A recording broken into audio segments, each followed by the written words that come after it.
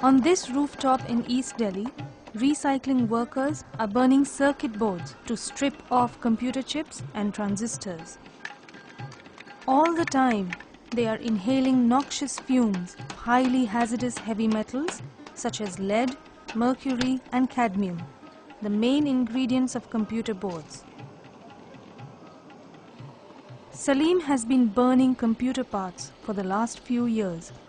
He says the toxic fumes bother his eyes sometimes. आँख में जलन जैसे कभी-कभी लाल बोर्ड आ जाता है जैसे ये, तो इसको हम ज़्यादा गर्म कर देते हैं तो धुआं उठता है, वो जरा आँख में लगता है, बाकी नहीं लगता. अब जैसे हम करते रहते हैं तो हमें आदत पड़ जाती है, हमें नहीं लगता, अब नए आदमी को लगता है. बड़ो भैया अभी आ रहे हैं 10 मिनट में. On the floor below, Mehdi Hassan runs an electronic waste recycling business from his bedroom cum office. The room also serves as a warehouse for obsolete electronic equipment waiting to be taken apart. Outside his bedroom, workers are stripping whatever parts they can resell for India's growing e-waste recycling market. Dr. Kevin Brigden, Greenpeace scientist at a biochemical lab at the University of Exeter in the UK, has recently analyzed dust, soil, ashes and wastewater from the workshops and their surrounding areas in India and China. His scientific analysis shows that the collected samples contain high levels of hazardous chemicals. We found high levels of contamination both on site where the material is being processed and in the immediate environment around there. This consisted of a whole range of organic chemicals as well as many heavy metals. In fact, these were some of the most contaminated samples that have been through our laboratory in the last few years. Electronic waste, or e-waste, is one of the fastest growing waste streams around the world today. It is fueled by the exponential growth of personal computers in the market and by their rapid rate of obsolescence. Today, the highly toxic content of electronic equipment is posing a threat to human health and the environment. In India, reusable computer parts and precious metals such as copper, silver and gold are highly prized. The precious material is copper. Copper has got a highest value in India and throughout the world. And how to separate it is just they are burning it. And this burning causes pollution and it is hazardous. In this recycling shop, workers dip circuit boards and electric cables into plastic drums full of acid. The bubbles from the acid are stripping the cables of their last remnants of copper and traces of silver. When the acid is depleted, the men dump it into the open sewer in the area. Others burn wires coated with polyvinyl chloride or PVC to salvage the copper within. उसका जला के copper होता है इसमें, ये जो अंदर ये अलग हो जाता है, ये जो अंदर इसके अंदर होता है ये होता है, मेटल रहता है, मतलब मेटल अलग हो जाता है, बाकी पीवीसी ये राख बन जाती है, राख बन के फिट जाती है, पाउडर बन जाता है, मतलब वो अलग हो जाता है.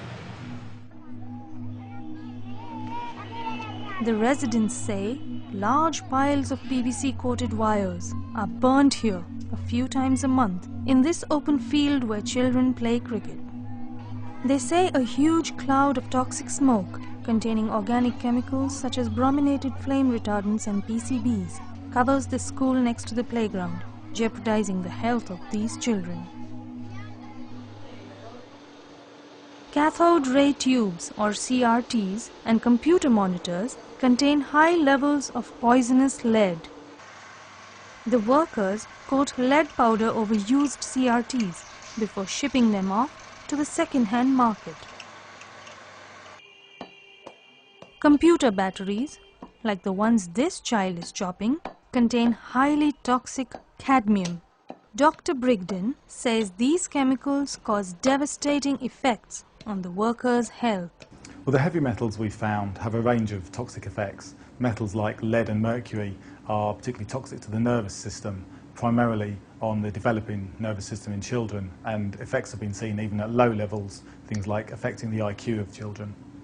Heavy metals like cadmium are toxic to the kidneys, and the effects will accumulate over time with ongoing exposures. The organic chemicals we found, many of them are bioaccumulative. They will build up in human tissues, and many have been linked with effects on the hormone system and other neurological impacts. While India emerges as a technology powerhouse, poverty, cheap labor and rampant corruption make it a prime market for the dumping and burning of electronic waste.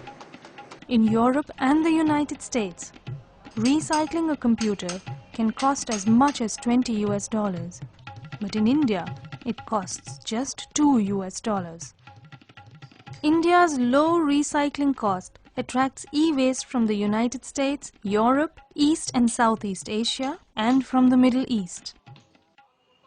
Environmentalists say manufacturers are responsible by using hazardous chemicals in their products that harm workers in recycling yards and their environment.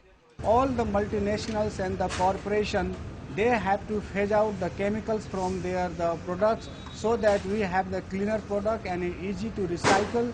And also they have to have take-back policy so that these discarded products doesn't ended up in the street of the Delhi. None of these women know the potential danger that toxic chemicals from these electronic parts pose to their health. Despite the ban on imports from developed countries, e-waste continues to pour into India to be recycled for its cheap labor and the profit generated by the e-waste recycling industry. Environmentalists say it is possible to substitute the hazardous chemicals with safer alternatives. Multinational corporations such as Sony, Samsung, Nokia, LG and Sony Ericsson have already committed to use less hazardous material in their products. Manufacturers could very well prevent workers from being exposed to hazardous chemicals in the e-waste workshops in East Delhi.